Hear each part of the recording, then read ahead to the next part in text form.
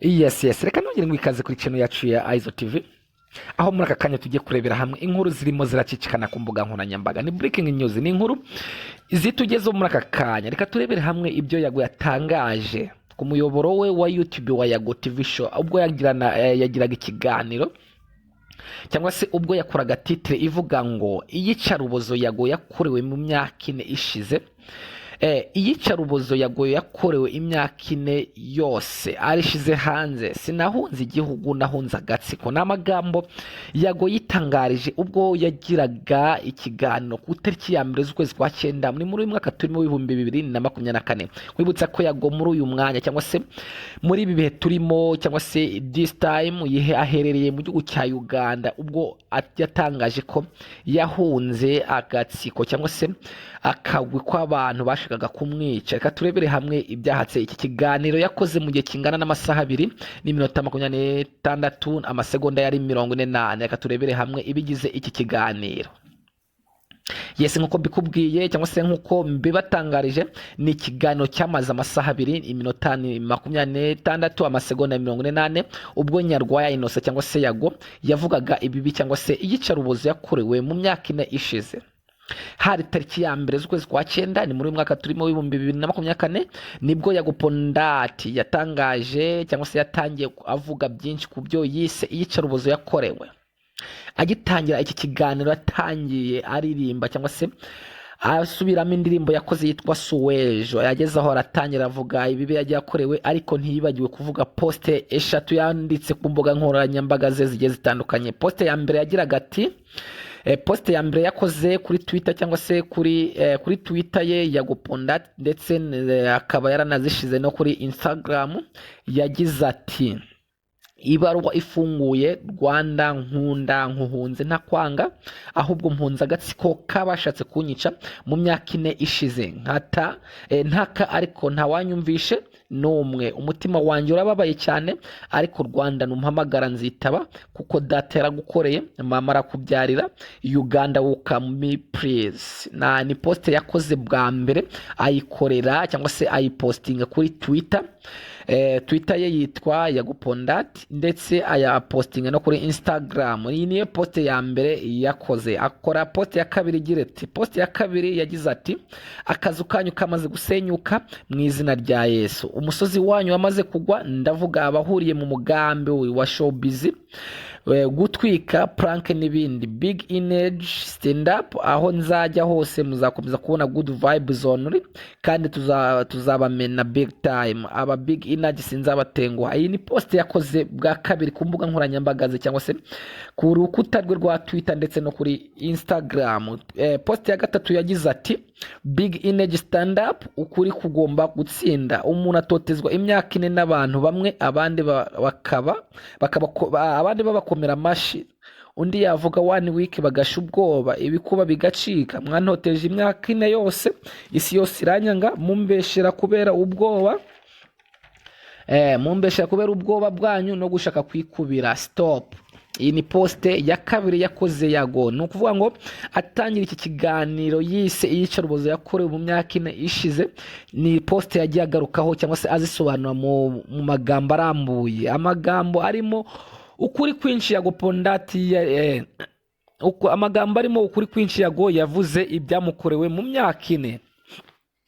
Yago muramuzi cyangwa se mwaramumenyeje mu bihe bitandukanye. Ni umuririmbyi cyangwa se ni umu-YouTuber, ni umunyamakuru, yajya akora ibintu bigiye bitandukanye. Ariko muri iki gihe turimo cyangwa se igihe gishize, iminsi ishize itari mikeya, yashize ukuri hanze ku ibintu byagiye bimubaho, cyangwa se abataragiye bamwifuriza ineza, cyangwa se abashatse kumwica nk'uko we yabyitangarije. Reka turebere hamwe ibyagiye bitangazwa na Yago muri iki kiganiro. Nkubwira ko ni amagambo akaka yagiye akoresha, ari buretse ko ngewe uraha ngasi nshobora gutinyuka amagambo amwe namwe kugenda nyasubiramo, kuko sinshaka kuzisanga narenze umurongo utukura cyangwa se navuze amagambo nkazayabazwa. Reka nkubwire ko mubo yiyamye cyangwa se mubo yikomye umunyamakuru witwa Sabe Umurungi Sabe Munyengabe Murungi Sabe cyangwa se Isimbi TV yamwise umugome cyane cyangwa se yamwise umugambanyi, aho yamubwiye yuko aho yatangaje ko Murungi Sabe ari umugome cyane kuko Murungi Sabe ngo ni umunyeshari cyangwa se ni umugabo utanyurwa, aho agenda abuza abatumirwa bamwe na bamwe kuzajya bakorera ibiganiro kuri Yago TV show. Yageze aho avuga ku mugabo witwa Rukumane cyangwa se Nzeyimana Rukumane, ni umunyamakuru ukorera ku kitangazamakuru cy'igihugu cya RBA cyangwa se RTV Vasas, ni ikiganiro mwamumenyeyeho. N'uyu mugabo ni umugabo wamenyekanye cyane mu binyamakuru bigiye bitandukanye, ariko by'umwihariko akora ku kinyamakuru cyitwa RBA RTV. Uyu mugabo yamwise ngo indyarya cyangwa se yamwise umugambanyi kuko yamushinje ko n'abatumirwa agenda atumira kuri RBA cyangwa se kuri RTV aba yabatse ruswa. N'amagambo yitangarijwe na Yago yageze avuga no ku mugabo witwa Bulldog amwita Indashima. Yageze avuga kuri DJ Brian wamuvuze ibintu bye bitandukanye, aho yageze aho agatanga n'ibimenyetso amubwira yuko apfobya jenoside kuko ku tariki 9 z'ukwezi kwa 4 muri mwaka turimo w'ibihumbi 2024 DJ Brian yari yagiye mu gihugu cya Uganda gukora akazi ko kuvanga imiziki cyangwa se ko kudija mu gihugu cya Uganda, aho yari yatumiwe mu gitaramo. Kandi turabizi neza ko tariki 7 z'ukwezi kwa 4 buri mwaka twibuka jenoside yakorewe abatutsi mu gihugu cyacu, kandi icyo cyunamo kimara iminsi 100 ariko by'umwihariko kikamara iminsi 7. Ni ukuvuga ngo iminsi 7 tuba twemereye, ntabwo tuba twemerewe gukora akazi akariko kose, tuba twemerewe tugomba kwifatanya n'abandi bose n'abanyarwanda bose tukibuka inzirakarengane. Ahangaha niho Yago TV show cyangwa se Yago Pondat yashize ukuri hanze, ashinja DJ Brian wari wagiye mu Uganda kuvanga imiziki cyangwa se gukora akazi ko kudija mu kabari cyangwa se mu gitaramo, amubwira ko apfobya jenoside atitabiriye cyangwa se adafatanya n'abandi kwibuka. Turakomeza tugera ko bita Titi Brown.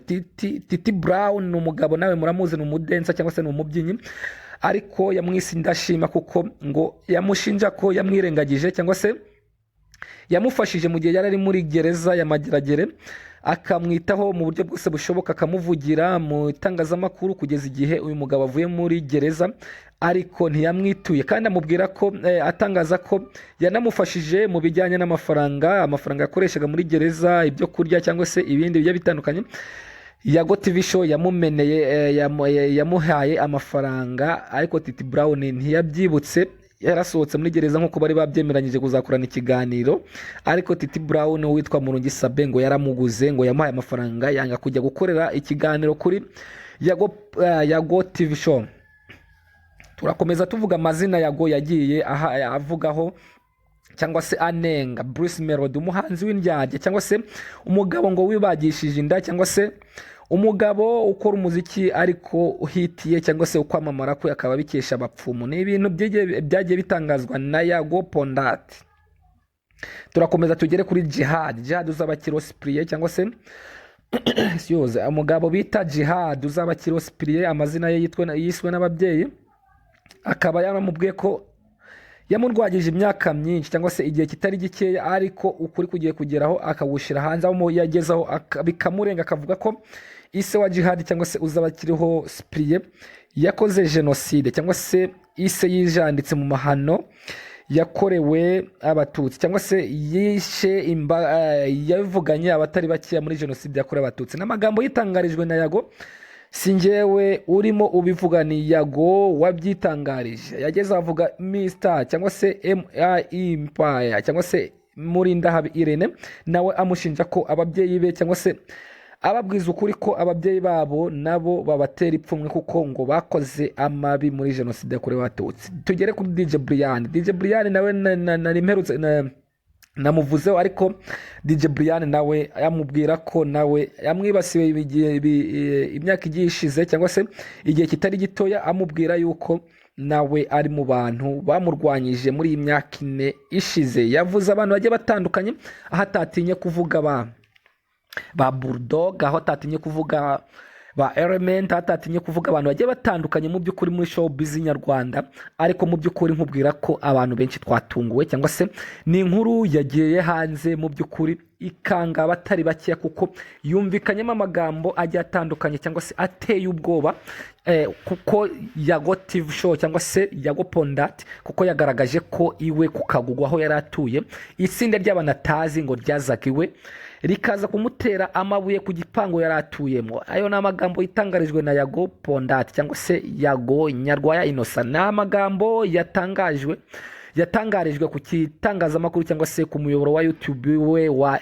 Yago TV Show, ubwo yagiraga ati cyangwa se ubwo ikiganiro yari yagihaye titiri ivuga ngo iyicarubozo Yago yakorewe mu gihe cy'imyaka ingana n'imyaka 4 cyangwa se kuba yarahunze igihugu ngo babifitemo uruhare cyangwa se ngo nagatsiko yahunze. Ni ibintu bigiye bitandukanye Yago yageshiza ashira hanze. Nkubwira ko ari ikiganiro cyamaze iminota cyangwa se cyamaze amasaha arenga 2 n'iminota irenga 20 n'ingahe cyangwa se 26 amasegonda yari 48. Ni ibyo ngibyo Yago yagiye ashira hanze avuga ibintu bigiye bitandukanye. Abatari bake nkubwira ko twatunguye cyane ubwo twasanzemo amazina twakundaga cyangwa se aba role models, ariko ubungubu nkubwira ko twatunguwe n'iby'uyu mugabo cyangwa se uyu mu YouTuber cyangwa se uyu muhanzi wacu iki cyamamare Yago TV Show cyangwa se Yago Pondati yashize hanze. Nkubwira ko mushaka kumenya byinshi kuri iyi nkuru cyangwa se kumenya iki kiganiro Yago yashize hanze, kuko nge sinakivuga ngo nkirangize, mwagisanga kuri YouTube kuri channel ya YouTube yitwa Yago TV Show. Ni ikiganiro cyamaze amasaha arenga 2, kikaba cyarakozwe ku tariki ya 2 z'ukwezi kwa 9 ni muri uyu mwaka turimo w'ibihumbi 2024. N'amagambo akarishe nanjye ubwanjye natinye kugenda nsubiramo, ariko nkubwira ko iyi nkuru cyangwa se iki kiganiro ndakubwira ko cyatumye abantu benshi twibaza tuti ese mu Rwanda aba bastari bacu cyangwa se ibi byamamare byacu bibanye gute? Nukubera iki bitatahiriza umugozi umwe, cyangwa se nukubera iki hari kumvikanamo ikintu cy'urwango cyangwa se amarozi cyangwa se ikintu cyitwa kurwanyana, kudahuriza hamwe, kudafatanya muri aka kazi ka showbiz cyangwa se kutaba umwe, dore ko abanyarwanda bose tubwirizwa gutahiriza umugozi umwe cyangwa se kuba umuntu umwe. Ibi ni ibintu tutari tuzi cyangwa se ni amakuru yashizwe hanze, aho abatari bake tutari tuzi ko abastari cyangwa se aba influencers cyangwa se aba celebrities ariko babanye. Ngayo nguko ni byatangajwe na Yago ubwo yagiraga ikiganiro kuri channel ye ya YouTube ya Yago TV Show, yakigize ku tariki ya 2 z'ukwezi kwa 9 Nzeri. Nkubwira ko Yago ubu aherereye mu gihugu cya Uganda Kampala, aho yavuga ko yahunze agatsiko kabashakaga kumwica.